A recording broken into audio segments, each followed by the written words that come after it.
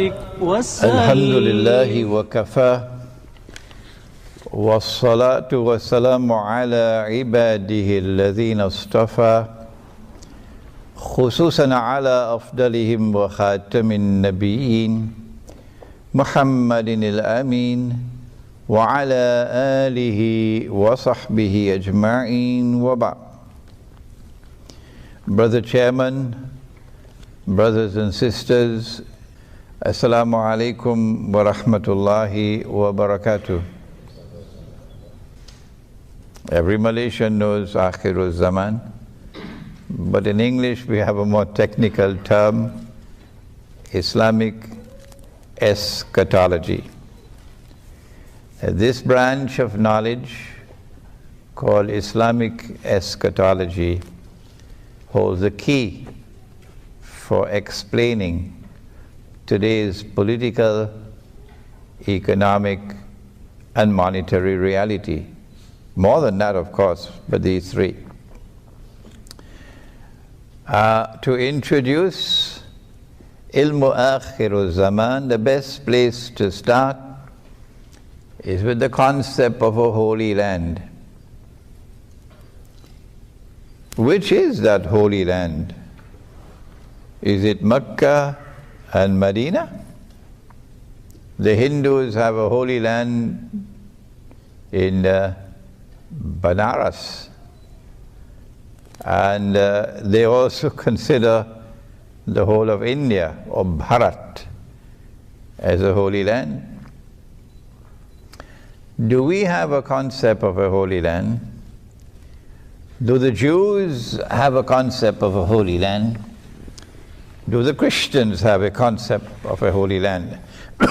Before we proceed, I seek your kind indulgence. I have a cough, so bear with me as I cough in between the talk.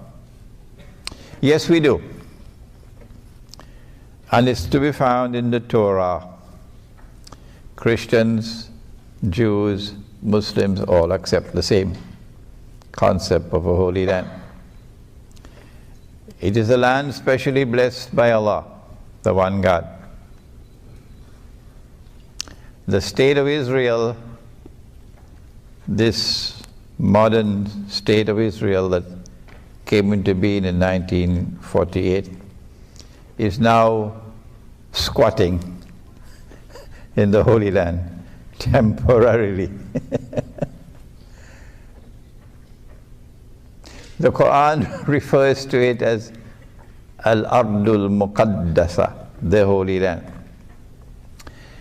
But the modern world chooses to refer to it as Palestine because of some tribe that lived in early history in that place, the Philistine. It is a land in which Allah has ordained the truth must eventually prevail, that the true religion must eventually prevail, that no rival to truth can ever take control of the Holy Land indefinitely. And it is a land in which righteousness must prevail. The Torah tells us that Allah gave the land to the Jews. What does the Quran say? In Surah Al-Ma'idah, the 5th surah of the Quran confirms that the land was given to the Israelite people. But it was given conditionally. What are the conditions? Number one, you must uphold the truth, the true religion. And number two, you must be righteous in conduct. Someone changed the Torah to remove this condition. And the Torah now says, it is not because of righteousness that the Lord God has given you this holy land. For you are a stiff-necked people. The implication of this rewriting of the Torah is that the land is yours unconditionally. Whether you are righteous or you are wicked oppressors, the land is still yours. Mankind must choose. Where does the truth lie? In the Quran or in that corrupted Torah?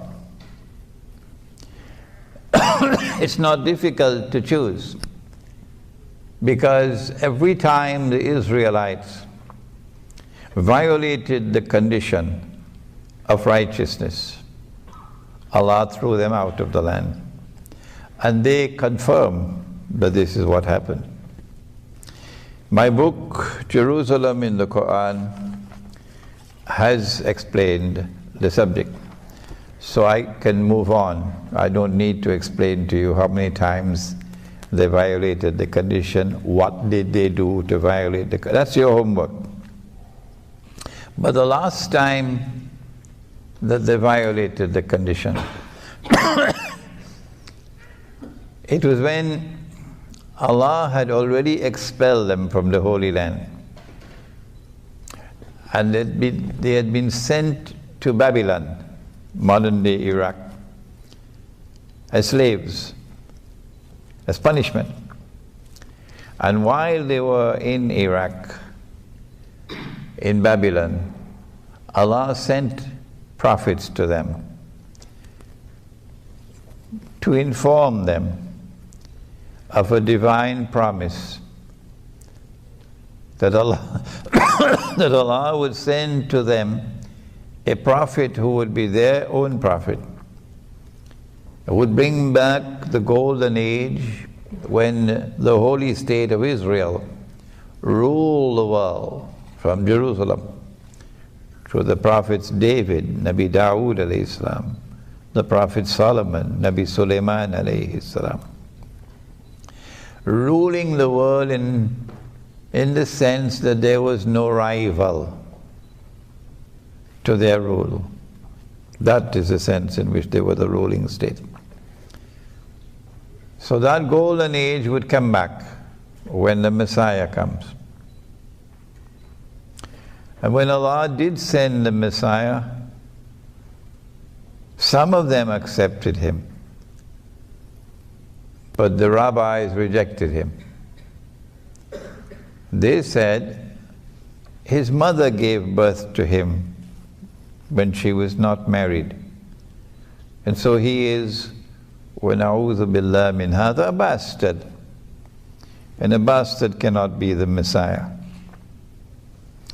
And then when they sentenced him to death for blasphemy, because he claimed to be the Messiah, the son of Mary, Nabi Isa alayhi salam, and then the Roman government, or the reluctant Roman government, then executed the sentence. And then they saw him die on the cross before their very eyes. They were now absolutely convinced he could not have been the Messiah. Why? Why? He's dead. The golden age never came back. He never ruled the world from holy Israel. Israel is still under Roman occupation. And number two, look at how he died. He died by crucifixion. And our book, the Torah, says that whosoever dies like that is the cursed of the Lord. There's a curse upon him. So they're now convinced beyond any shadow of a doubt he could not have been the promised Messiah. So they're waiting for the Messiah to come. What they did not know, and no one knew. For some 600 years, no one knew, until the Quran came down. Was it no, they did not succeed in killing him? No, they did not succeed in crucifying him. Allah made it appear that he was crucified. How did Allah make it appear that he was crucified? Now kindly listen carefully. Not only those of you who are here in this Malaysian Airlines auditorium, but those outside who will be listening to this lecture on the internet.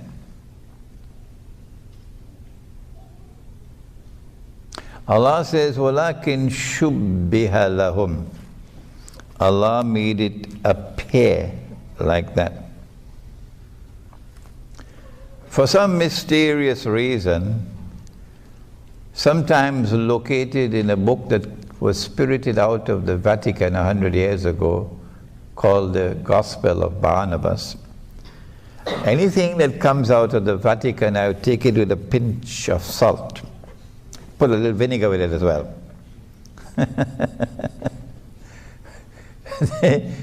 They hold this mysterious view that Allah, wa na'udhu billah min hadha, caused someone else to assume the appearance of Jesus, Nabi Isa alayhi salam. And that innocent man,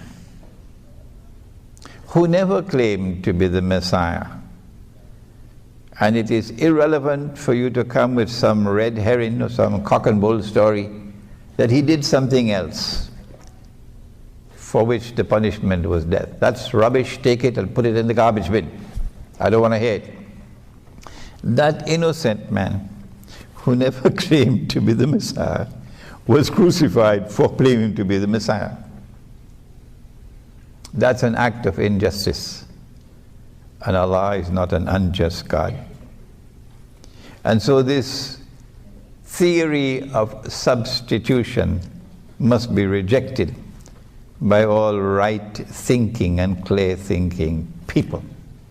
And we want to reject it one more time, unqualified rejection of this nonsense, this act of injustice on the part of Allah subhanahu wa ta'ala, to cause an innocent man, innocent of ever having claimed to be the Messiah, to assume the appearance of the Messiah and then to be crucified. That is nonsense, it is rubbish, and it is an act of injustice, and those who hold this view will have to answer to Allah for it one day. I have to use this very strong language because there are those who have eyes and yet do not see. And they're heading straight into the fire with this, and they will not listen. Having disposed of this nonsense, the theory of substitution, well then what happened? What happened? Does the Quran not say that it was sent to explain all things? That it is tibyanan likulli shay in Surah An-Nahl. It explains all things, so it must explain what happened. How did Allah make it appear that Nabi Isa alayhi salam was crucified when he was not? The answer is there in the Quran. In Surah Ali Imran, the 3rd surah of the Quran, and again in Surah Al-Ma'idah, the 5th surah of the Quran, Allah uses the word wafat. Wafat in this context, means taking the soul. Governments don't take your soul. The World Bank can't take your soul. Only an angel can take your soul. Won't you agree with me? Only an angel. And Allah instructs the angel to take your soul. So, in this context, the implication is that Allah took the soul of Nabi Isa alayhi salam. Is it possible that he took the soul and returned it? Is that possible? In Surah Al-Zumar of the Quran, Allah explains, and I'm going slowly now because this is so important for Islamic eschatology. This is the pivot of Islamic eschatology. Islamic eschatology revolves around this point. In Surah Al-Zumar of the Quran, Allah says, بَعْدَ أَعُوذُ بِاللَّهِ مِنَ الشَّيْطَانِ الرَّجِيمِ Allah يَتَوَفَّى الْأَنفُسَ حِينَ مَوْتِهَا. Allah takes the souls at the time of maut. Maut is death. Allah takes the souls at the time of death. وَالَّتِي لَمْ تَمُتْ فِي مَنَامِهَا. And those whose souls are not taken while they are awake, Allah takes the souls while you are asleep. فَيُمْسِكُ الَّتِي قَضَى عَلَيْهَا الْمَوْتِ. He then keeps those souls for whom maut is written. Death is ordained. وَيُرْسِلُ الْأُخْرَى إِلَى أَجَلٍ مُسَمَّى. And for those for whom maut is not yet written, Allah returns the souls. We know from this verse one form,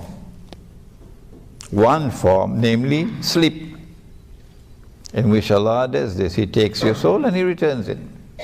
This may not be the only one, but this is one. That while you're asleep, He takes your souls.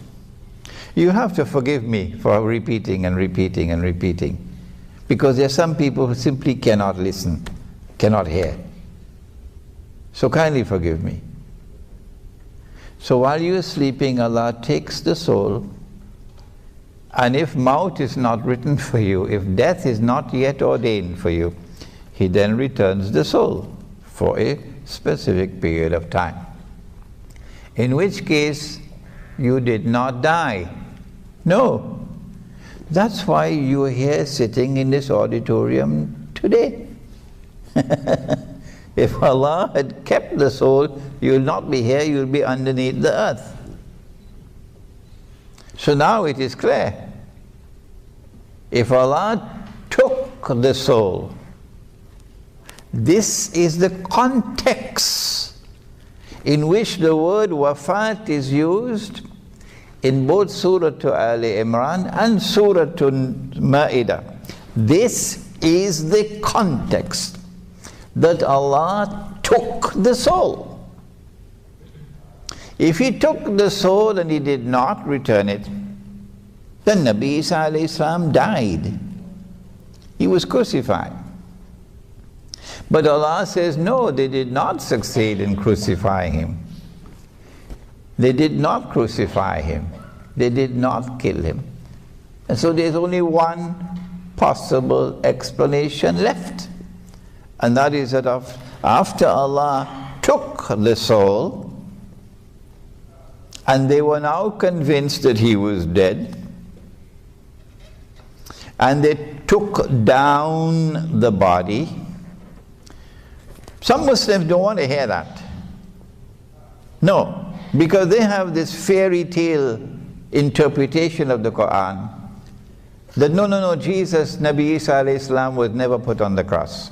I don't know where they got it from. Maybe the theory of substitution or somewhere else, or maybe in Disneyland. But I part company from them.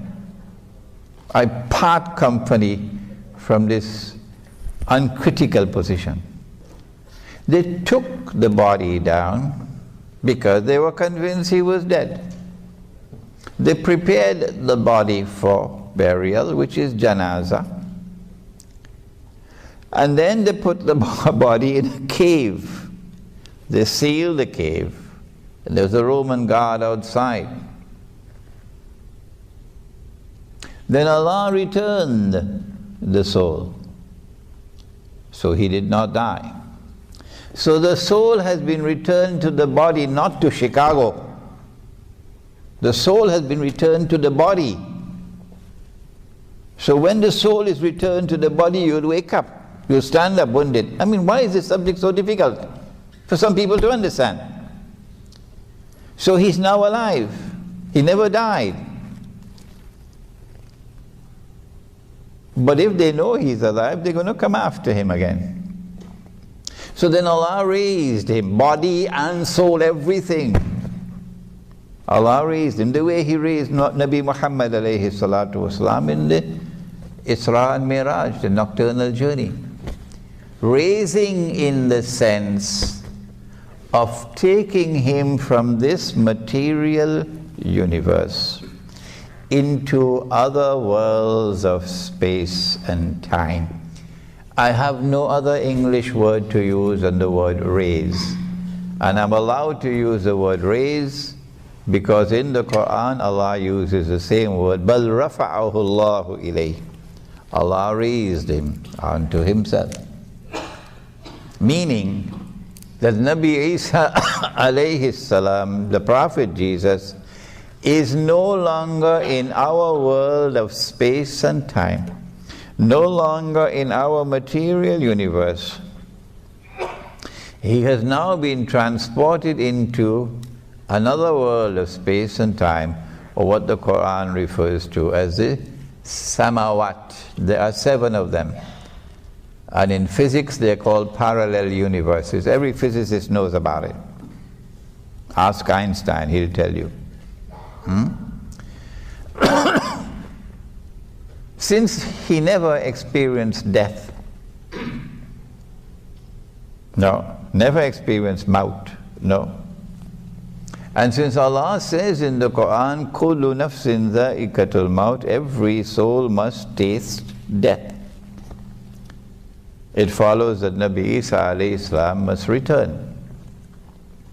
Secular scholarship may look upon us with scorn and with disdain and laugh at us for believing what the Prophet said alayhi salatu wasalam, that one day he will return with his hands resting on the wings of 2 angels. But they don't believe in this. They think this is Disneyland. So let them go their way and let us go ours. And don't waste your time with them. But they did not know that. They thought he was dead. And they know that when Allah gives His word, He keeps His word. So they're still waiting for the Messiah, who when He comes will rule the world from the Holy Land, from Jerusalem, with a rule which will be eternal, meaning the end of history. I lived in New York for 10 years. And during that time I interacted with the rabbis and with the Jews. And I can confirm to you, oh yes, they are waiting on the Messiah. And they believe the Messiah is around the corner. We also believe that the Messiah is going to return. The voice of Nabi Muhammad alayhi salatu wasalam is the most powerful voice in history to have prophesied the return of Jesus alayhi salam. And this is the cornerstone of Islamic eschatology. Welcome to the subject of Islam and the end time. Events which are still to occur in the historical process. The most important of them all, by far, is the return of the true Messiah, the son of Mary, Nabi Isa alayhi salam, the Prophet Jesus. That return will occur in the end time, or as we know it in Malaysia, الزمان. And we can recognize when we are living in الزمان. Oh yes, and people in Kuala Lumpur most of all. Because just before Prophet Muhammad ﷺ died, a very extraordinary event took place. He was sitting in the masjid with his companions when a stranger entered. No one knew who was this man. He was dressed all in white, his hair was black, and no one knew him. And he walked through the gathering and came directly in front of the Prophet ﷺ and asked 5 questions. And the Prophet ﷺ answered him, and the man would confirm, yeah, you're correct in your answer. Who is he? And then he left, as strangely and as mysteriously as he had arrived. And after he left, the Prophet asked, do you know who was he? Who was he? So we said, Allah and His Messenger know, but we don't. Yeah, that was Gabriel, Jibreel alayhi salam, who came to instruct you in your deen. One of the questions, the last question, what are the signs of Akhiru Zaman? And one of the signs that he answered and gave with, you'd find naked, barefooted shepherds competing with each other in the construction of tall buildings. That's why I said you people of Kuala Lumpur are familiar with this subject. And when you build your twin towers, then Korea will get jealous and put up something taller in Seoul. And then Dubai will say, nope, we're going to do better. And they put up the Burj in Dubai. And then Jeddah will say, we'll teach you a lesson. And Jeddah will put up towers that go up into the clouds. And those who see with only one eye would look at these tall buildings and say they represent progress. These are the naked, barefooted shepherds. But those who see with 2 eyes will say, no, what resides in the heart is far more important than the tallest of buildings that you can build. So we are living in Akhiru Zaman. If you can't see the tall buildings, please make an appointment with an eye specialist. The Akhiru Zaman, or the last age, is going to culminate with the return of the true Messiah, Nabi Isa alayhi salam. But Islamic eschatology has something very important to introduce now. Something which affects the political process, something which affects the world economy, something which affects the monetary system, something which explains today's strange and mysterious reality in the world today.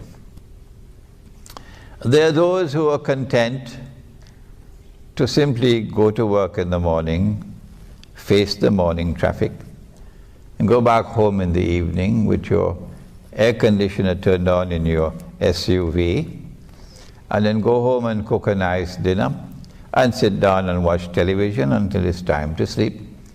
And you do it over and over until the weekend comes. And then the weekend is the time for fun and games and so on, and for Saturday night's fever and so on. And this is life. This is life. You worship the dunya, you live for the dunya, you die for the dunya. But there are others. There are others who are made of sterner stuff, and their hearts beat with a different tune. These are people who yearn for something higher, something which explains the strange world. I'm not prepared to be just another piece of balsa wood floating on the ocean, and the waves will take me wherever they want to. No. I want a boat which will take me to the port, the destination that my heart longs for. I must understand the world in which we are living today, and I must respond to it appropriately. I want peace and contentment and tranquility in my heart. And I can only get that peace and contentment and tranquility in my heart when I understand the reality of the world in which we live, and I respond to it appropriately. And for these people, we say to you today, here in Malaysia, and from the auditorium of Malaysian Airlines, that it is the Quran and it is Prophet Muhammad alayhi salatu wasalam who explain the reality of the world today as no one else can do it. And as Islamic eschatology explains the world today, it is for you to now determine, what are you waiting for? When will you come to Islam? When will you come to Islam?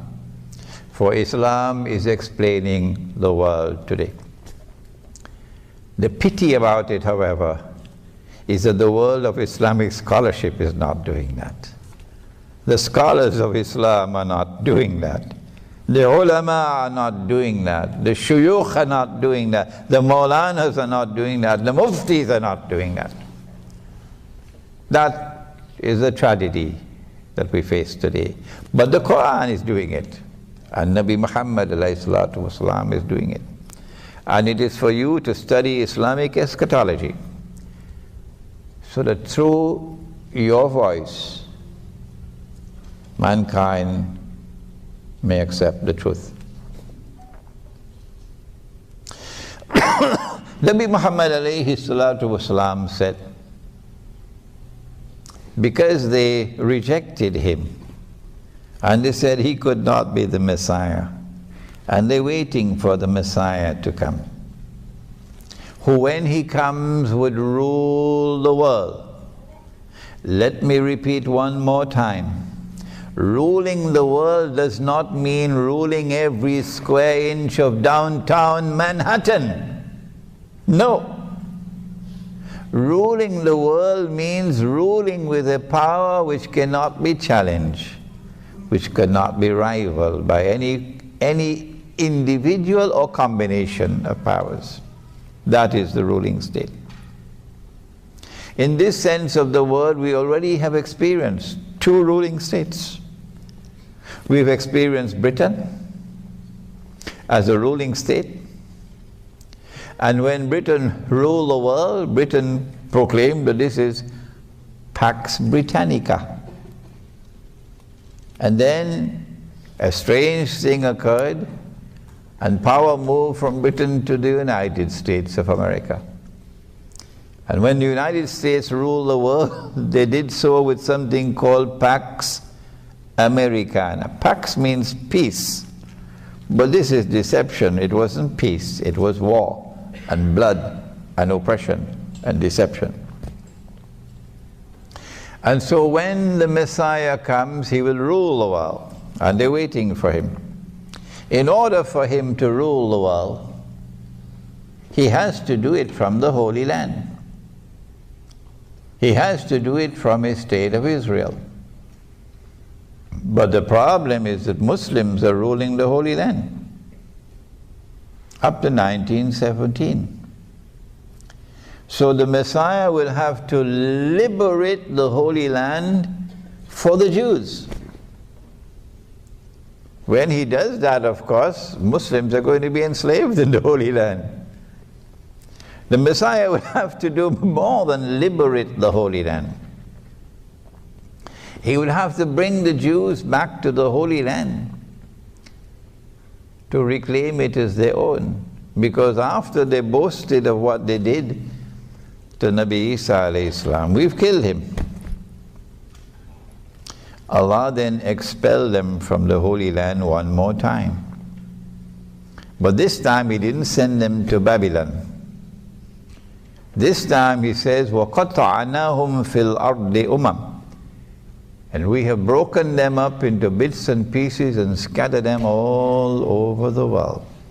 And so Jews in Argentina, and Jews in Russia, and Jews in Yemen, and Jews in Morocco, and Jews in Egypt, and Jews in Iraq and Iran, Jews in China as well. And we have broken them up into bits and pieces and scattered them all over the world. This is divine punishment. But with a diabolical cunning, they They describe it differently. They say this was Allah's way of getting the truth to reach four corners of the world, not accepting that this was punishment. And when excuse me, and when Allah expelled them for the last time, after the alleged crucifixion of Nabi Isa alayhi salam, Allah then said in Surah Al-Isra, وَإِنْ عُدْتُمْ عُدْنَا, if you return to this holy land with your wickedness and oppression, your violation of the condition of righteousness, we will return with our punishment. Every time you violated the condition of righteousness, we threw you out of the Holy Land. If you come back one more time, we'll throw you out again. But the Messiah, if he is to fulfill the prophecy of ruling the world, number one, would have to liberate the Holy Land for the Jews. Number two, he'd have to bring them back to the Holy Land to reclaim it as their own. Number three, he'll have to restore the state of Israel. And number four, he'll have to cause that Israel to become once again the ruling state in the world. Only then can the Messiah stand up in Jerusalem and declare, I am the Messiah.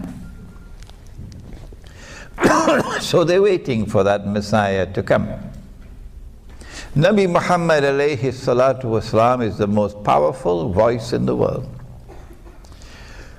to have explained that Allah created a being, a wujud, and programmed that being to impersonate the Messiah.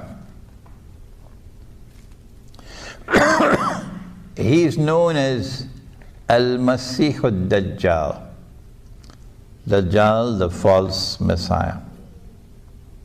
And when Allah releases him into the world, this is what he'll do. He will liberate the Holy Land for the Jews. He's already done that. He's already done that. He will bring the Jews back to the Holy Land to reclaim it as their own. He's already done that. While we were eating roti canai and drinking teh tarik, he's already done that. He will restore a state of Israel in the Holy Land, an Israel that will be an impostor, but convince them that this is holy Israel. He's already done that. He has already done that. Don't ask me, Sheikh Imran, where is the hadith? Don't ask me, because these are logical deductions. Do not ask me, where is the hadith for what you are saying? Go find some other teacher to teach you and leave me alone. Because you can't understand. These are logical deductions. And yet they ask, where is the hadith? Ah, yes. He's already done that. He's already restored the state of Israel in the Holy Land, an impostor Israel, and convinced them that this is holy Israel. Only one thing now remains. Only one. He has to cause that Israel to rule the world. And it is in the process of bringing that Israel to the position of ruling the world and analyzing how he has done it, because we are just around the corner now. We will understand today's political reality. we'll understand political history. We'll understand today's world economy. We'll understand economic history. We'll understand Bretton Woods, the monetary system which came out of Bretton Woods. We'll understand the International Monetary Fund and the World Bank. We'll understand the introduction of bogus and fraudulent and utterly haram paper currencies, and what is the role which they have played after they took the gold dinar and silver dirham out of the market, and then did something that even Dr. Mahathir was not aware of. The Articles of Agreement of the International Monetary Fund prohibit the use of gold as money. Dr. Mahathir did not know that. Our scholars of Islam don't appear to be even interested in the subject, much less to study it. So when we study what is the strategy being used to bring Israel to that position where it can rule the world, we will understand the reality of today's politics and economics and monetary economics and other things beside, the feminist revolution as well. Before we proceed to that political history and economic history, let me step back for a moment.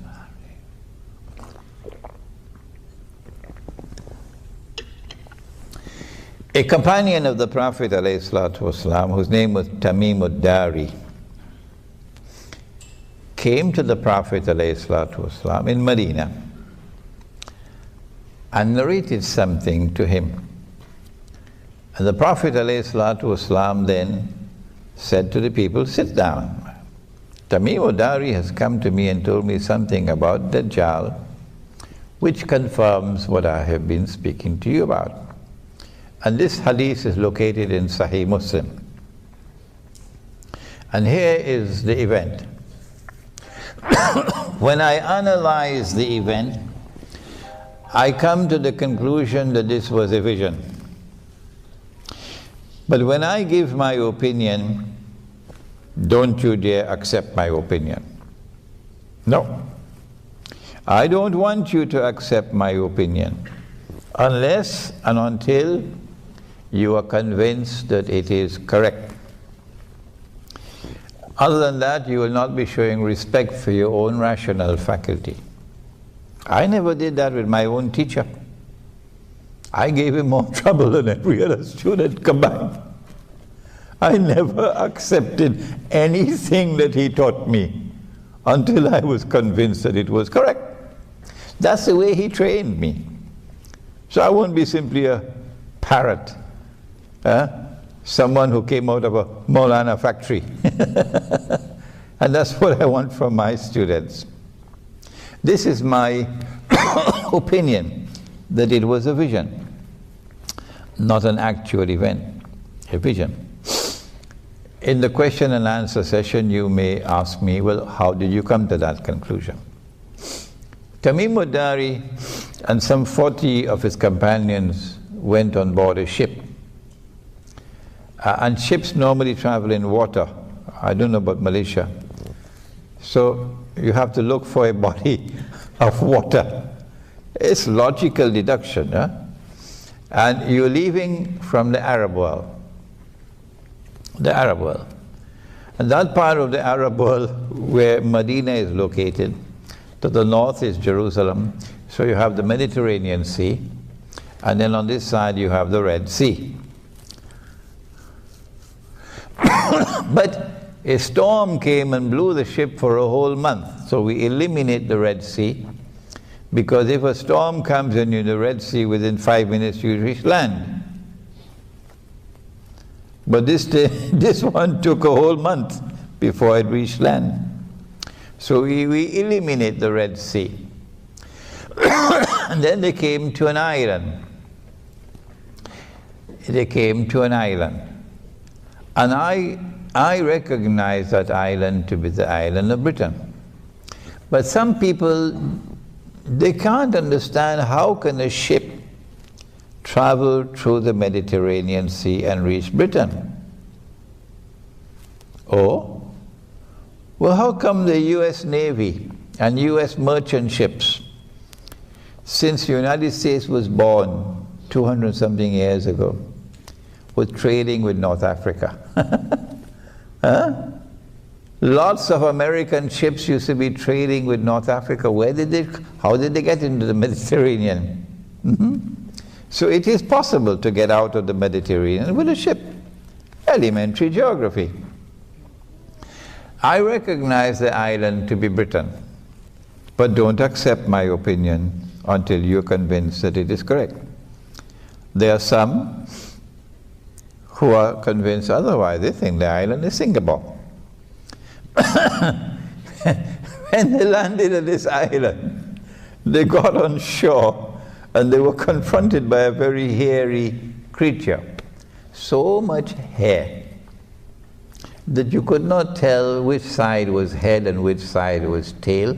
Much like in Lower Manhattan, you can't tell who is a man and who is a woman. So you couldn't tell which side was head and which side was tail. And then this creature is called Jassasa, meaning a spy. So this is an island located about 1 month's journey by sea, using wind from the Arab world, the Mediterranean coast there by Syria. And it is an island with expertise in spying and espionage, you know. A hint for you, James Bond kind of stuff. And Jassasa pointed to the ruins of a monastery and said, there's someone waiting for you there. So this is an island in which religion will eventually crumble, and churches are going to be sold, restaurants and discotheques and bingo halls. Church is on sale, because nobody go into church. And so they hurried.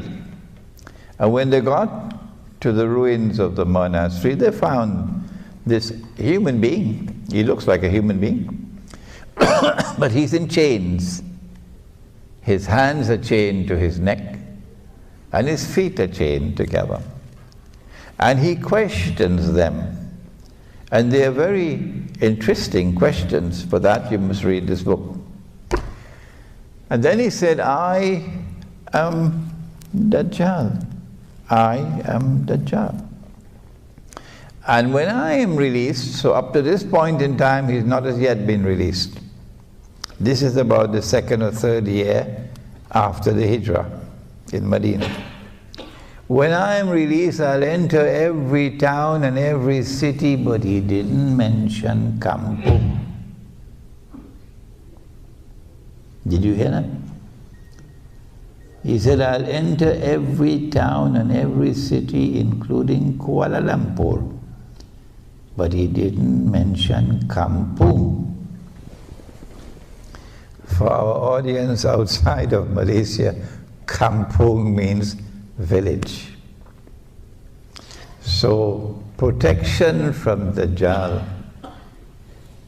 is better in the village, in Kampung, than in the city. So when Dajjal is released, it will be from this island that he is going to commence his effort to rule the world from Jerusalem, from the Holy Land. Which island is it? I came to the conclusion that it was Britain. The Prophet said, alayhi salatu wasalam, that when Dajjal is released, he will live on earth for 40 days. Don't make the mistake of counting 40 days as 1 month and 10 days or 1 month and 11 days. No. Don't do that. Someone asked the Prophet ﷺ, which was the first masjid which was built? He said the one in Arabia, the Kaaba, by Ibrahim alayhi salam. And then someone asked him, which was the second masjid which was built by a prophet? He said the one in Jerusalem, Masjid al-Aqsa, by Sulaiman alayhi salam. And then he was asked, how much time elapsed between the construction of the two? He said 40 years. He said 40 years. When every single Arab in Arabia would know that it is far, far, far more than 40 years, but thousands of years in between. Obviously, when he said 40 years, he's speaking symbolically. So when he says that Dajjal will live on earth for 40 days, do not take it literally, please. The 40 days, he says, one day would be like a year. He didn't say one day would be a year, did he? He said one day would be like a year. One day would be like a month. And one day would be like a week. And all the rest of his days would be like your days. So they subtract 3 from 40. Strange mathematics. And they get 37. So they said, when he is in our day like a year, our day like his day, he's going to live for 37 days. How can you be born and you're still in your diaper after 37 days, still drinking your mother's milk, and yet become a young man, powerfully built, curly hair? Huh? Because your mathematics is wrong. No, it's not to be counted as 40. It is symbolic language. One day like a year would be stage 1 of his mission, which lasts for a long time. One day like a week, like a month would be stage 2, which would be a shorter period of time. And one day like a week would be the shortest period. And it is only after these 3 stages have been completed, only then would Dajjal appear in our material universe, in our world of space and time. Only then would we be able to see him. Prior to that, you can't see him. He's released, he's here, but you can't see him. Are there angels in this auditorium? Apart from your wife, of course. Yes, we have angels on our shoulders. Can you see the angels? No, but they are here. They are here, but you can't see them. Are there jinn in this auditorium? I know there are lots of them in Washington, but are there jinn in this auditorium? Yes, there are. Can you see them? No, you can't. Similarly, Dajjal is released. He is here, but you can't see him until stage 1, stage 2, and stage 3 have been completed. And he enters into our world of space and time. A Malay artist did the cover design of this book. And you'll see 3 circles. And the 3 circles represent the 3 stages of Dajjal. And we recognize that in stage 1, a day like a year, Britain became the ruling state of the world. We did not say that Britain was the ruling state for the whole of stage 1. We never said that. So don't come with the nonsense of saying, what year did Britain become a ruling state? And what year was power transferred to the United States, so we can calculate when Israel will become the ruling state? I am not a part of that. You do your mathematical conclusions, and when you finish, take it somewhere else, don't bring it to me. No. In stage 1, which lasted for a long time. Stage one witnessed the emergence of Britain as a ruling state. Britain becomes a ruling state with a mysterious relationship with the Holy Land. It is the British Army which defeats the Ottoman Islamic Army and takes control of Jerusalem. It is Britain which issues the Balfour Declaration. And if you don't know what's the Balfour Declaration, do your homework. It is Britain which ruled over the Holy Land with a mandate conferred by the League of Nations from 1917, 1918 to 1948. It is Britain which presided over the birth of the State of Israel in 1948. And so we are convinced that the island is Britain. But if you choose to believe it's Singapore, that's your choice. And then came stage two,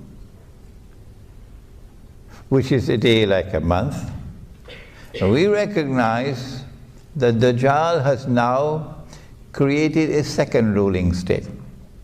And that second ruling state is the United States of America, with a mysterious relationship with Israel, which cannot be explained by normal tools of political analysis. No. And then comes stage three, when power will be transferred from the United States of America to a third ruling state. And we say that that third ruling state would be Israel. And that is where we are located now in the historical process. Only Islamic eschatology can deliver that statement. Only the Quran and Nabi Muhammad ﷺ could explain this political process. We are now located at that moment. When was Dajjal released then? Let's step back again. Nabi Muhammad ﷺ suspects a Jewish boy in Medina to be Dajjal. And he takes Umar radiallahu ta'ala anhu with him to question the boy. But the boy is rather impertinent and rude in his answers, and Umar gets angry. O Messenger of Allah, give me permission, I'll cut off his head. The Prophet ﷺ replies and he says, no, Umar, don't do that. If he is Dajjal,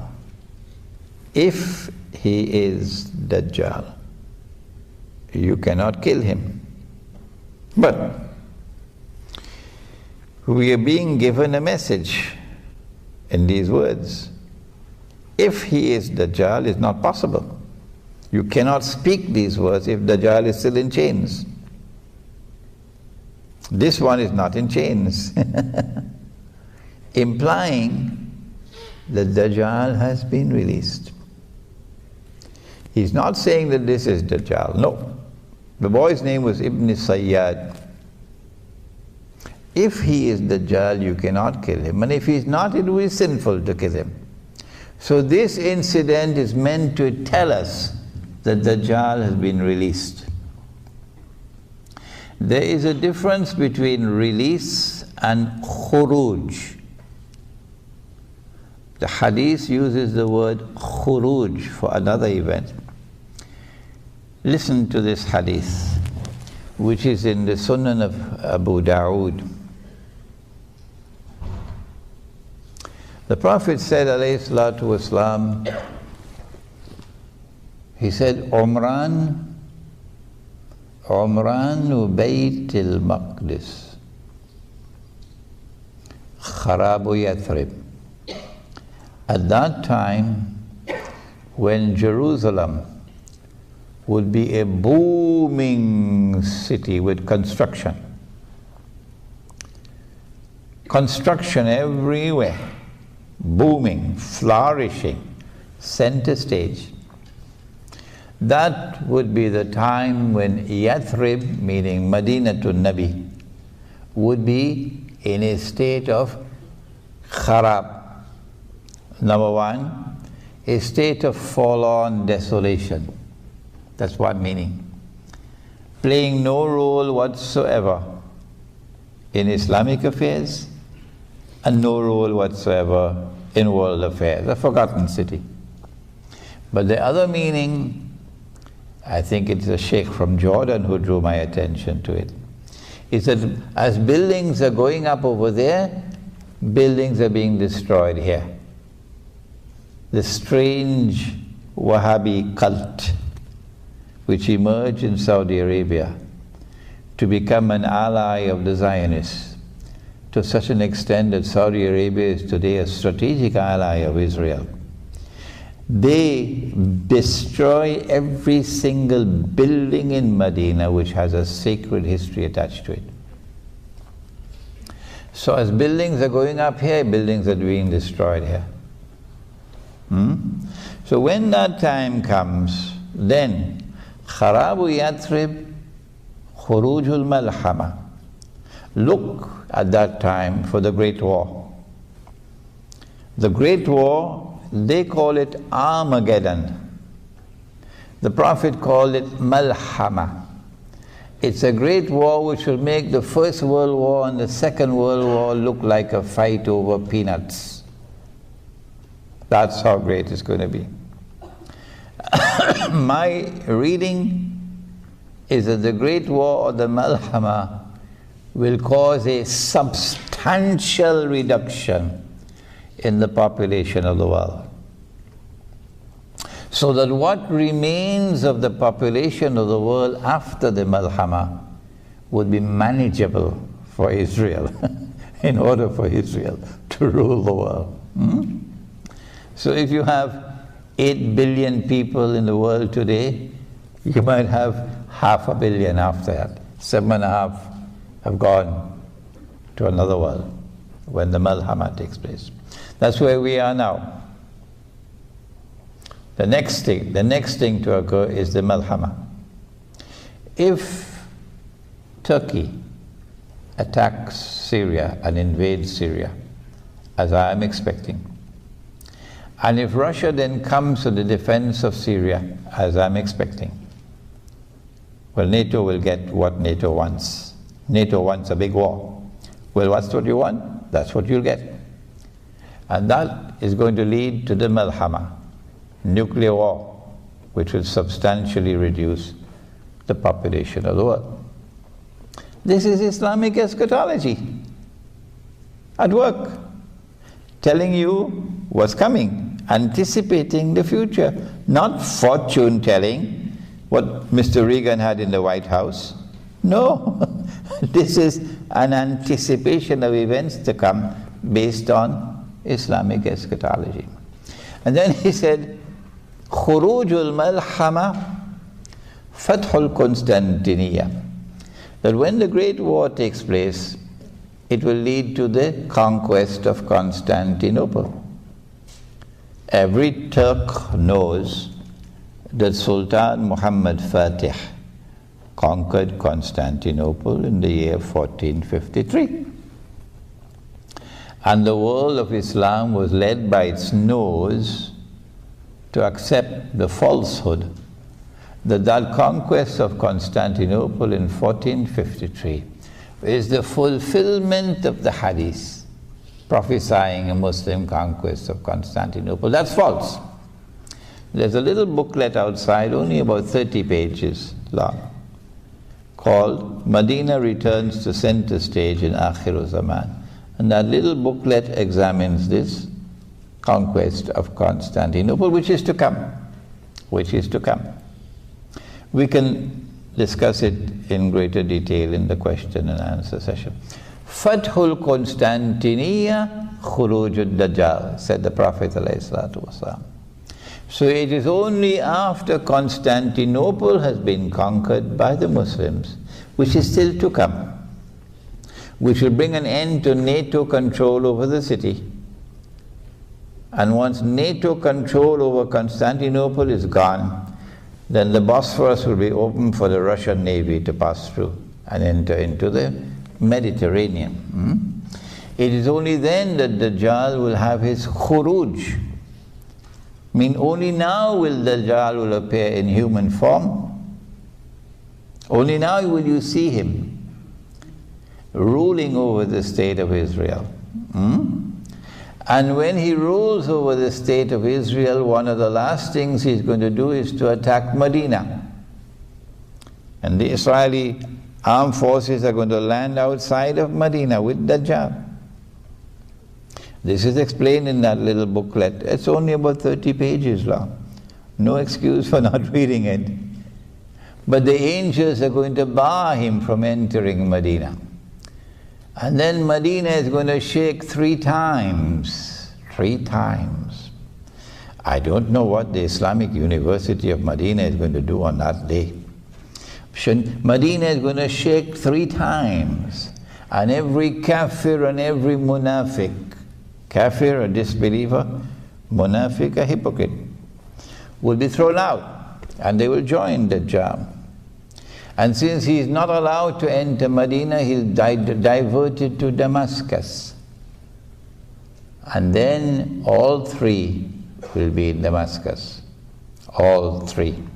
The 3 most important actors in Akhiru Zaman, all 3 will be in Damascus at the same time.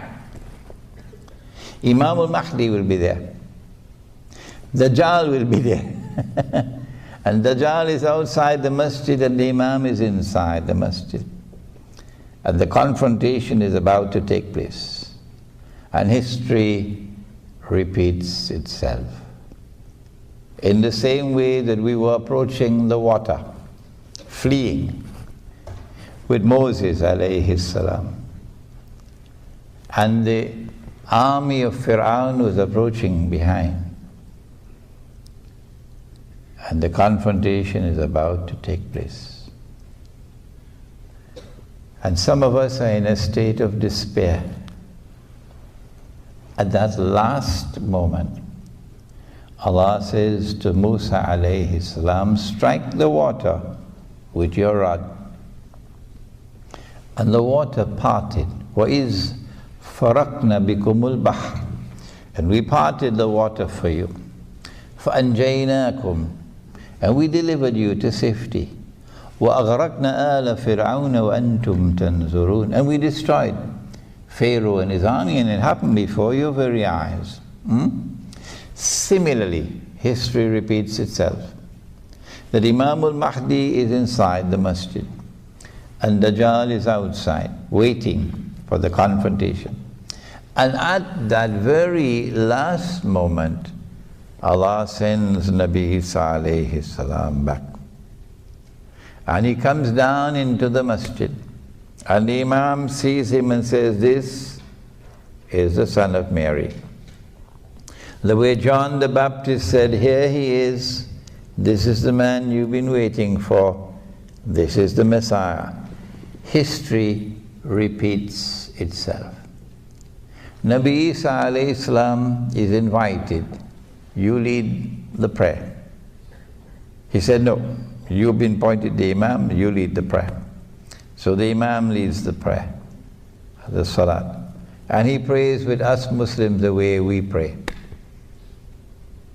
Bowing down, prostrating, that the head will touch the dust of the earth in worship. And after the Salat is over, he says, open the gates because the masjid is barricaded. And as he steps out, Dajjal will see him, and Dajjal, out of fear, will melt the way salt melts in water, and he'll flee.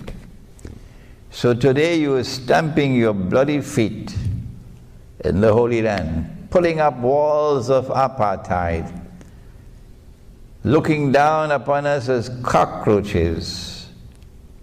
We're not human, we are subhuman. You are the chosen people. Heaven is reserved for you. Not all Jews are like that. No, not all Jews are like that. There are Jews who will stand with us in a common fight against oppression. And those Jews are welcome to come and live with us in our Muslim villages. But the other Jew, who is an oppressor, On that day you will be running. And Nabi Isa alayhi salam will pursue him and overtake him at a place called Lud and kill him. And after that, Gog and Magog will be destroyed by Allah. And that is an important subject to study of Akhirul Zaman, Gog and Magog. And I have a book on the subject outside. And then a Muslim army will liberate the Holy Land.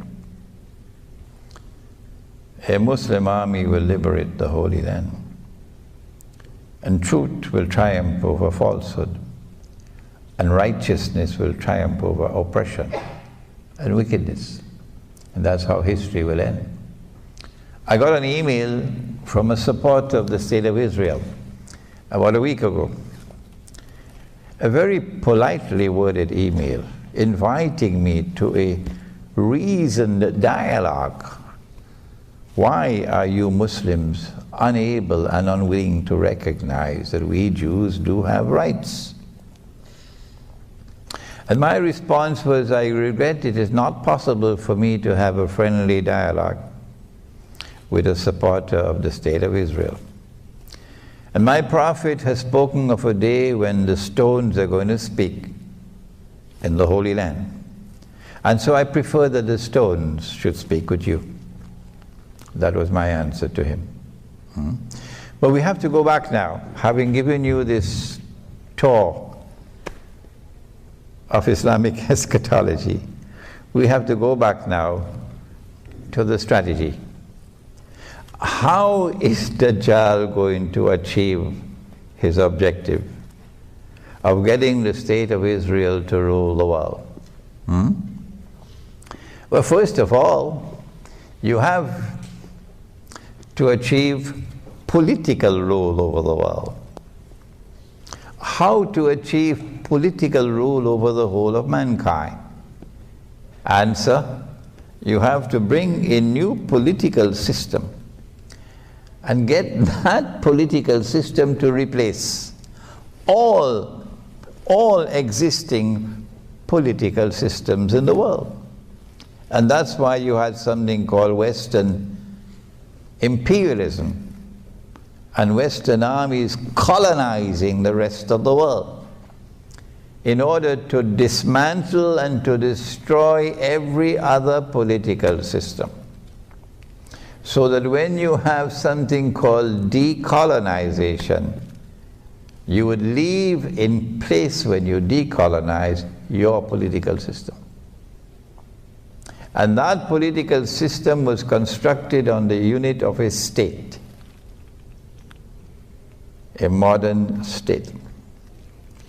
And this state is now secular. In what sense of the word is it secular? Oh, prior to the modern West, all societies recognize divine sovereignty. Even primitive peoples, previous civilization, they recognize sovereignty located above. In the case of the Christian world, God is sovereign, but He created the church, and the church is His representative. The Hindus also had the concept of divine sovereignty. The Buddhists, they also have a concept of God after Buddha had left. And us Muslims, we had the Khilafah state, which recognized Allah as Al-Malik, the sovereign. If you recognize other than Allah as sovereign, you commit a sin called shirk, but the Malays say shirik. That's laziness, Shirk. It is the one sin that Allah will not forgive. He's prepared to forgive all sins. Inna Allah yaghfiru dhunuba jami'a. Allah forgives all sins. Tell my servants, if you come to me with sins as high as the sky, I will forgive them all. don't come with shirk. And this is shirk. Not only does this new state refuse to recognize divine sovereignty, it says the state is sovereign. The state is Al-Malik, not Allah. And so too with supreme authority. Allah is no longer Al-Akbar, the state is Al-Akbar. Not only that, Allah is no longer the supreme lawgiver, Al-Hakam. The state is the supreme lawgiver. Allah can make something haram, the state can make it halal. And Allah can make it halal and the state can make it haram. To make halal what Allah made haram is shirk. Surah At-Tawbah. To make haram what Allah made halal is shirk. To make halal what Allah made haram is shirk. And the modern state now comes into being, and it makes halal every single thing that Allah made haram. There's nothing left. Did you hear Obama just speak recently? That he supports the legalization of the marriage of a man with another man? Did you hear that? And yet everybody wants a ticket to Washington. Everybody wants a green card. Do they have the rational faculty of a donkey? Huh? Is this what the world has come to? They have eyes and yet cannot see, they have ears and yet cannot hear, they have hearts and yet cannot understand, and they dance to every single tune that Dajjal plays. They dance to every single tune that Dajjal plays. That's the world today. That's the political reality. And then you take this system of secular states, because they do not recognize divine sovereignty, so secular. They take the system of secular states and introduce them into an international organization called the League of Nations, and then the United Nations. And so you are uniting the world in one political system. And you have the Security Council with supreme authority. If war breaks out between two parties, and the Security Council says, stop fighting, you got to stop. You don't have authority to continue. If you attempt to continue, then the Security Council has the right to demand of every single member state to send troops, so that an international force is established to go and fight you. And when you are called upon, you have to obey. That's what the status is, the Security Council is. And so once you had the United Nations established with the Security Council, that charter, you have established the foundations for world government. And when that world government is achieved, then Dajjal will rule over it. And what we're witnessing now, particularly in Europe, but the Europeans don't understand, is the demolition of the modern state, the demolition of the modern state with its authority, so that a world government can emerge which will rule over all of mankind. That is the fundamental explanation of political events taking place in the world now. They did the same thing with the economy. Allah had prohibited riba, borrowing and lending money on interest. Sometimes a money lender lends you money on interest in order that your loss will be his gain. You see, normal people do business And as every businessman knows, when you do business, you take chances. There's risk involved in business. A good businessman will try to minimize his risk. But every businessman knows that you cannot eliminate risk. So in business you can make a profit or you can suffer loss. And once you embrace risk, then Allah can intervene to take from some and give to others. And so Allah distributes and redistributes wealth. It's not the function of governments to distribute or to redistribute wealth, because that corrupts the market. But the moneylender does not want to suffer loss. No. So the moneylender lends his money on interest. And come rain or sunshine, you got to pay his interest. It doesn't matter whether you are suffering loss or not, you got to pay his interest. So foolproof, guaranteed return on his investment with no loss. And in the event that you do not repay, he makes sure that there's something called a mortgage, security.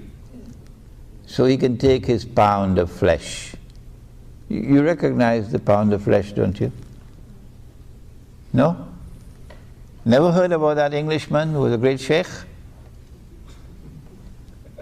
Huh? The Englishman who was a very great Sheikh wrote the best book on riba you can ever find. It's called Merchant of Venice. What was his name? William Shakespeare. And in it he has riba as a pound of flesh. I mean, that's brilliance. That's literary brilliance on the part of Shakespeare, mashallah. He was really a sheikh, wasn't he? So, sometimes he lends you money on interest in order that his wealth would increase constantly without ever loss. And his gain is your loss.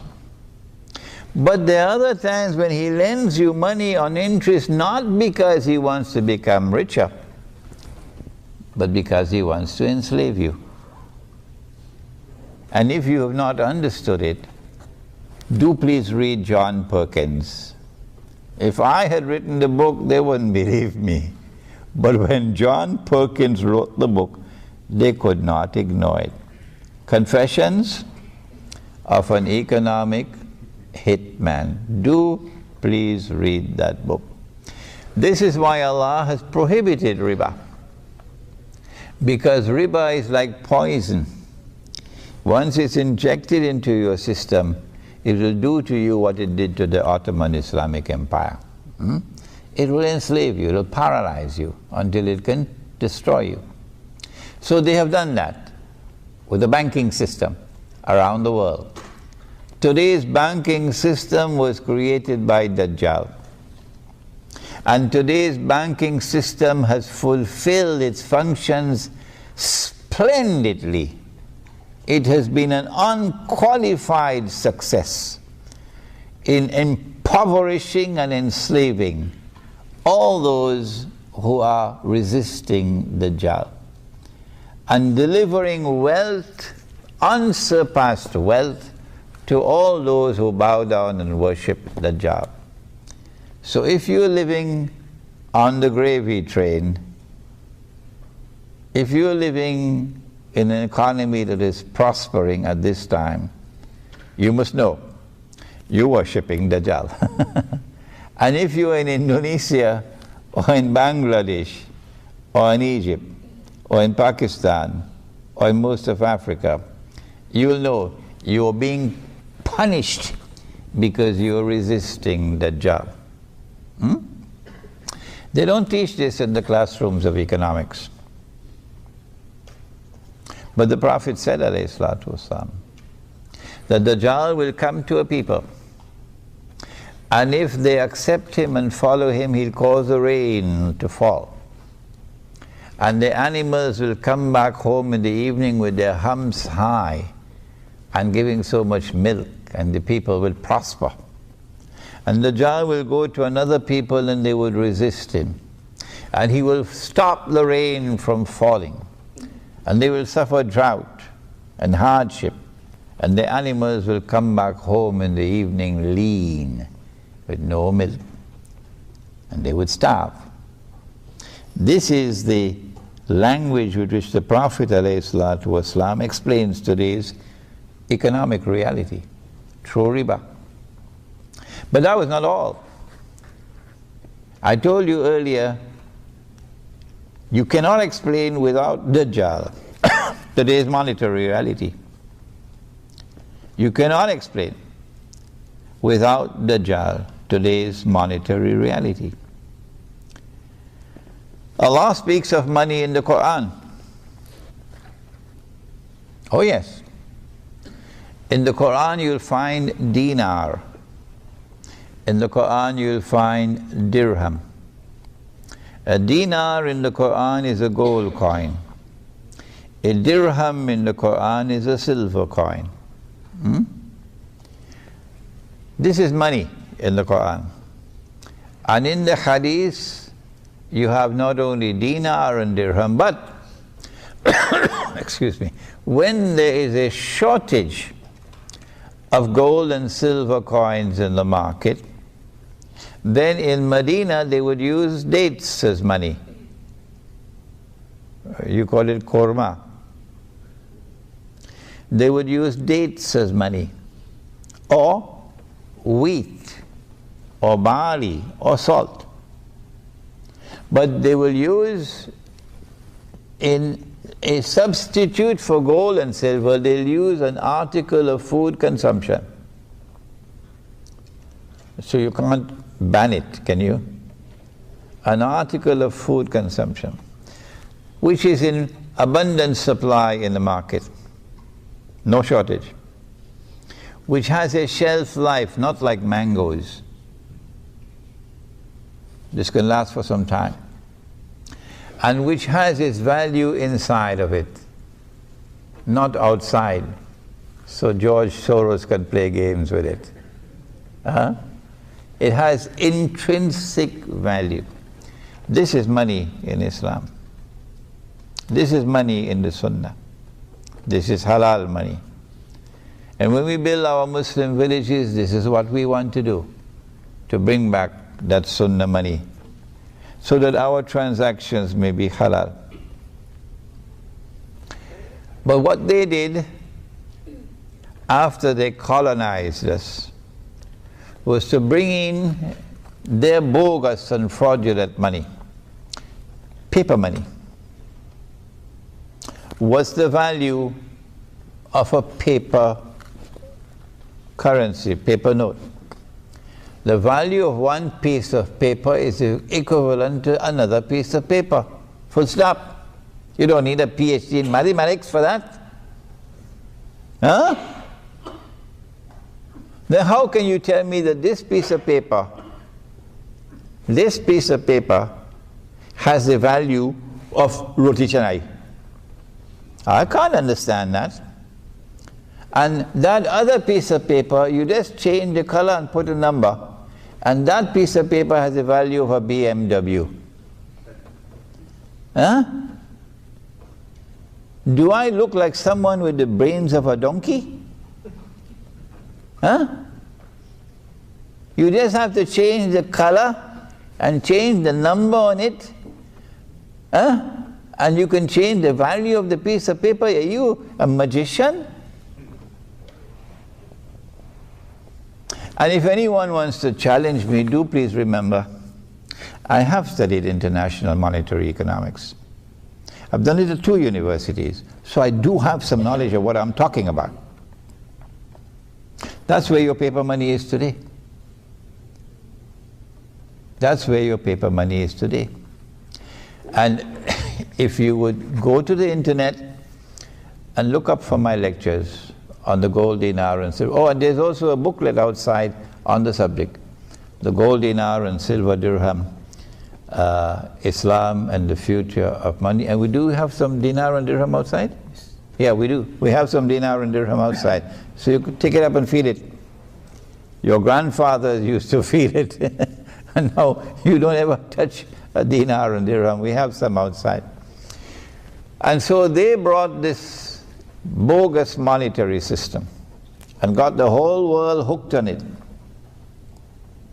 So they're printing paper and we printing paper. Everybody printing paper. But there's a difference. I was addressing a conference in Brunei with Islamic scholars from different parts of the world.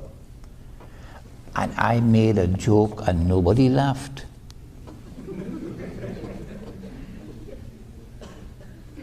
So I found it strange. How come nobody laughed? And these are scholars of Islam. And I realized they didn't have any knowledge of the subject. I said, when the Europeans and the Americans and the Australians and so on, when they print their paper, they have a secret chemical. And they dip the paper in the chemical and it comes out as hard currency. And we don't have this secret chemical. So ours is not hard currency. Nobody laughed. Perhaps they actually believed that there was this secret chemical. And these are scholars of Islam. You make a joke and nobody laughs. Yes, this is the bitter reality. That you could print a US dollar and take it anywhere in the world and you can buy whatever you want. Yeah. So long as the donkeys accept the paper, you can buy all the oil of Saudi Arabia free of charge. All that you need is paper and ink and a printing press. This is where the Ummah of Muhammad alayhi salatu wasalam is today. All that you need is paper and ink and a printing press. Because the scholars of Islam do not understand monetary economics. Because the institutions of learning don't teach the subject. And yet they give fatwa. And yet they give fatwa, defending it. When we print our paper, and you take a basket full of Bangladeshi taka to Midtown Manhattan, you can't even buy a cup of coffee. Nobody wants it. So you have a system of ripping off the rest of the world. And you becoming richer and richer and richer and richer, while Indonesia becomes poorer and poorer and poorer and poorer. A financial system. There is a den of a den of thieves. I've given you the mountaintops, a brief survey, an introduction of Islamic eschatology, the main actors in Islamic eschatology. I didn't have time to deal with Gog and Magog. And then I took you to the main focus of Islamic eschatology, namely the return of Nabi Isa alayhi salam. And then introduced to you Dajjal, the false Messiah. And then showed to you the difference between his release and his khuruj.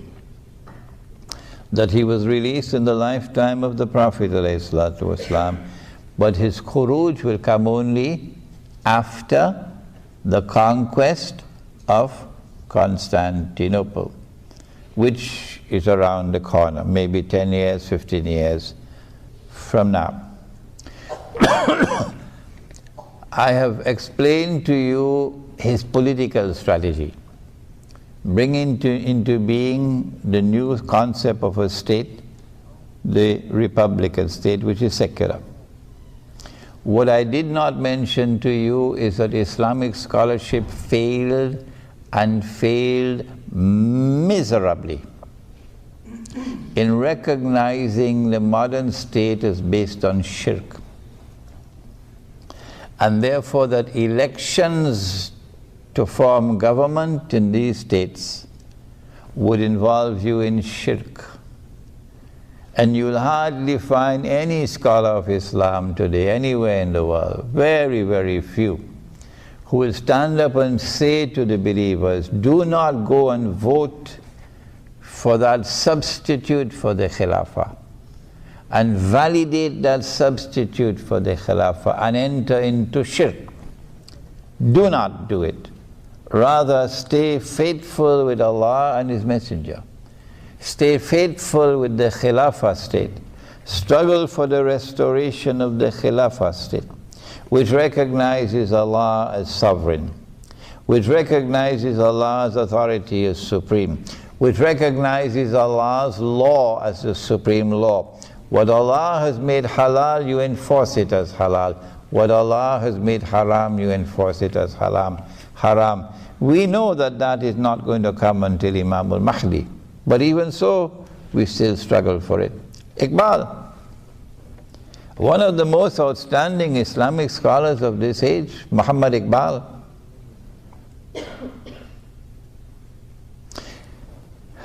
was deceived. He was a great scholar. I honor him, I respect him. Consider him to be one of my teachers, Dr. Muhammad Iqbal. And yet he declared that the modern Republican state, with its parliament, is an adequate substitute for the Khilafah. And that's why Pakistan is in a mess today. I know Pakistanis don't like it when I speak like this. It is no disrespect to Dr. Iqbal. No. If Imran Hussein makes a mistake and he is in his grave, I want his students to correct him. It will be no disrespect to me that you correct me. And so it is no disrespect to Iqbal when I say that this was a mountain of a mistake.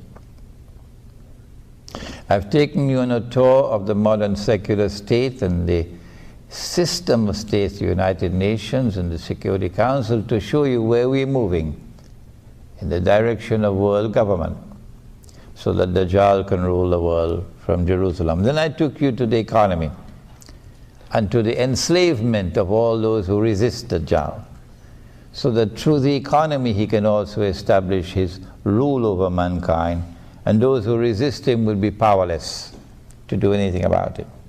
And then I took you to the monetary system, and I show you the systemic enslavement of mankind through ripping them off with paper money that's bogus and fraudulent and haram. What do we do? The answer is, Allah says, بَعْدَ أَعُوذُ بِاللَّهِ مِنَ الشَّيْطَانِ الرَّجِيمِ هَلْ يَسْتَوِي الَّذِينَ آمَنُوا هل يستوي الذين يعلمون والذين لا يعلمون إلى آخر الآية. Can they possibly be equal? Those who have knowledge and those who don't? Can they possibly be equal? We have in this gathering a sister who took the Shahada in France 6 months ago. And after 6 months she's here in Malaysia to get knowledge. Are they possibly equal? Those who are content to eat roti canai and drink teh tarik, and those whose hearts hunger for truth and for knowledge? No, they can't be equal. And so the message of this gathering today is to devote your attention now to the study of Ilmu Akhiru Zaman, the study of Islamic eschatology, because it is only Islamic eschatology that can explain the political and economic and monetary reality of the world today. And if you have the Quran and you have the Muhammad alayhi salatu wasalam, and you do not study Islamic eschatology, you will pay the price for it. We pray that Allah subhanahu wa ta'ala may put into your heart a restlessness which will never leave you, so that for the rest of your lives you'll be devoted to the pursuit of knowledge, to understand the world, And when you understand the world, to then respond to it appropriately. Ameen. ربنا تقبل منا إنك أنت السميع العليم وتب علينا يا مولانا إنك أنت التواب الرحيم برحمتك يا أرحم الراحمين. Ameen. The question is, what is my understanding of what constitutes economic progress, and is economic progress something important for the future of the Ummah? Good. Allah speaks in the Quran, and history tells us as well,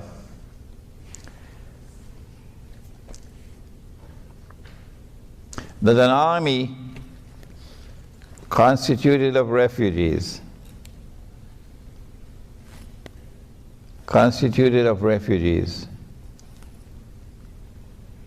no state-of-the-art armor, no horses, only 2, hardly any camels, only 315 or so men. And they had to face an army of 1,000, the rich people's army, a good economy, prosperous economy, state-of-the-art armor, lots of horses, lots of camels. كم من فئة قليلة غلبت فئة كثيرة بإذن الله, says Allah in the Quran. How many times has it happened that a small force defeated a big force? Today we are poor. Our enemies are wealthy. Saudi Arabia is wealthy. Qatar is wealthy. But they have joined the side of the enemy. And those who are resisting are poor. But that is no reason for us to lose heart. That the poor can still triumph with Allah's help. So a sound economy is not a guarantee that you would succeed in the military struggle, the armed struggle of resistance against oppression.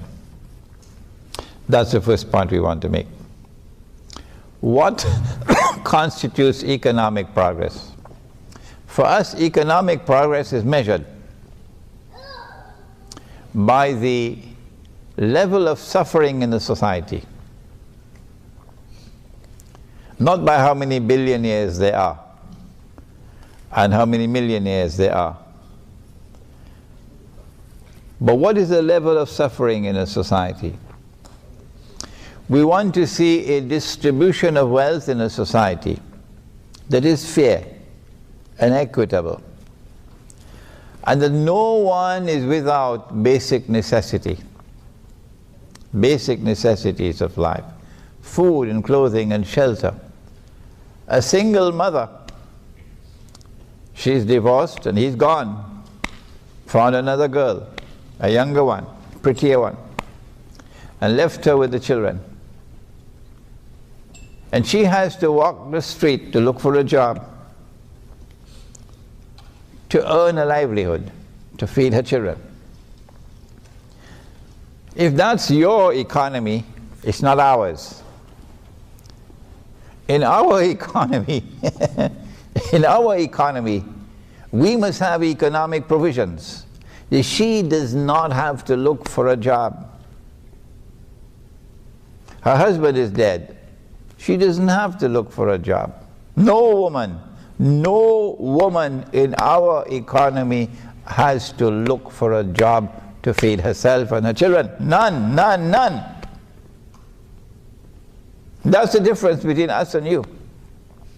She has the right to pursue economic activity. She can be a businesswoman, sure. But the society, the economy has a duty to her to ensure that she and the children have basic necessities of life without having to seek employment. For us, that's economic progress. There are others in the society who are disabled, cannot work, who are ill, cannot work. We don't leave them on the streets and dismantle social security. We don't create insurance companies, so you have to buy an insurance policy. Our insurance policy is the Jama'ah. Every single member of the Jama'ah has a responsibility to those who are disabled, to those who are ill, to those who are in need. That's a healthy economy. Not an economy in which wealth constantly revolves only amongst the wealthy. And they grow richer and richer. And the rest of the economy is sinking into greater and greater poverty and destitution. That's not a healthy economy. All those who follow Dajjal today are doing that. They boast of a healthy economy. How much do you pay her? Why are you running away now? Come back, come in the hall. Don't run. How much are you paying her? The Indonesian maid. She's the first to wake up in the morning. She's the last to sleep at night. She has to leave her husband and her children in Indonesia and come here and pick up your garbage. She works all day like a donkey. And at the end of the day, she's paid the wage of a donkey. Is that a healthy economy? How much do you pay the Bangladeshi worker? How much do you pay the Indonesian worker in a prosperous economy? I'm asking you, Singapore. I'm asking you because you are the model. Don't be annoyed when I call your name Singapore. I have the right to do that because you are presented to the world as a model economy. How many million Indonesian women have worked in Singapore as maids so you can be prosperous? So your wife can go out for dinner every night in some fancy restaurant while the maid is there to take care of the home and the children. And then at the end of the month, you pay her the wage of a slave. Shame on you, shame on you, shame. Is that economic progress? So this is a different way of looking at the subject than is taught at the Harvard School of Business. How should we respond appropriately in order to be successful in our response to the political and economic and monetary challenges? Is that the question? Yes. It is. When you've abandoned the Quran and someone comes to you and points out to you, you have abandoned the Quran. When you have abandoned the Sunnah of Muhammad alayhi salatu wasalam, and someone comes to you and tells you this is what you have done, and you recognize it, then what should you do? The answer is you must make tawbah. Tawbah means to turn around, to turn away from that and to turn to Allah and His Messenger. You would have been doing that a long ago, all of you. This ummah would have been doing that if the scholars of Islam had done their job. The reason why we are failing and failing and failing, constantly failing, is because the scholars of Islam have failed and failed miserably. Fail on the political front, on the economic front, on the monetary front. And so my answer to you is, we need a new generation of scholars of Islam. We cannot get that new generation of scholars of Islam with our existing institutions of Islamic learning. No. We have to create a new world of Islamic scholarship. I'm hoping and praying that the internet can help us as our message reaches the young people in different parts of the world, that they may grow tomorrow to be the scholars of Islam who will lead the ummah back to the Quran and to the Sunnah. Okay, is it possible that part of the strategy for bringing about a substantial reduction in the population of the world could be a medical attack? Change the word medical, put the word biological. Biological. Yes, you're right. The Prophet said, alayhi salatu wasalam, the Arabs are going to be wiped out by plague. Long ago they used the word plague. Now we use the word epidemics. Epidemics. Like swine flu virus, like, is it H1V1 it's called? Am I correct? H1N1. Huh? H1N1. H1N1, but whatever it is. These are AIDS, these are viruses. Some of them manufactured in laboratories. He said the Arabs are going to be wiped out by plague. That destruction of the Arabs is coming. It has not come as yet. The world is going to see biological warfare being waged to effect a substantial reduction in the population of the Arab world. He said that at that time, when plague attacks the Arabs, that neither plague nor Dajjal can enter Medina. I don't know, check the booklet at the back. Medina returns to center stage, you'll get the hadith there. It is either Medina and Makkah or Medina alone, I can't remember now. And so once the biological warfare starts, you'll see Arabs flocking to Makkah and Medina in order to survive, not to die. Because the Arabs are going to die the way sheep die in a plague, said the Prophet ﷺ. Okay? Neither Dajjal nor plague can enter Makkah and Medina. And so if you're in Makkah and Medina, you'll survive. And if not, you're most likely going to die. At that time, Makkah and Medina are going to return to center stage in the world. Because Nabi Muhammad ﷺ said that this is going to happen, and look, it is happening now. So biological warfare is coming, and it's going to be spectacular, and it will validate the truth in Islam. Well, I did mention earlier that Dajjal said to Tamim ad-Dari, and when I'm released, I'll enter every town and every city. But he didn't mention kampung. He didn't mention villages. And so there is greater security, there are greater chances for survival. For example, from biological warfare that's coming.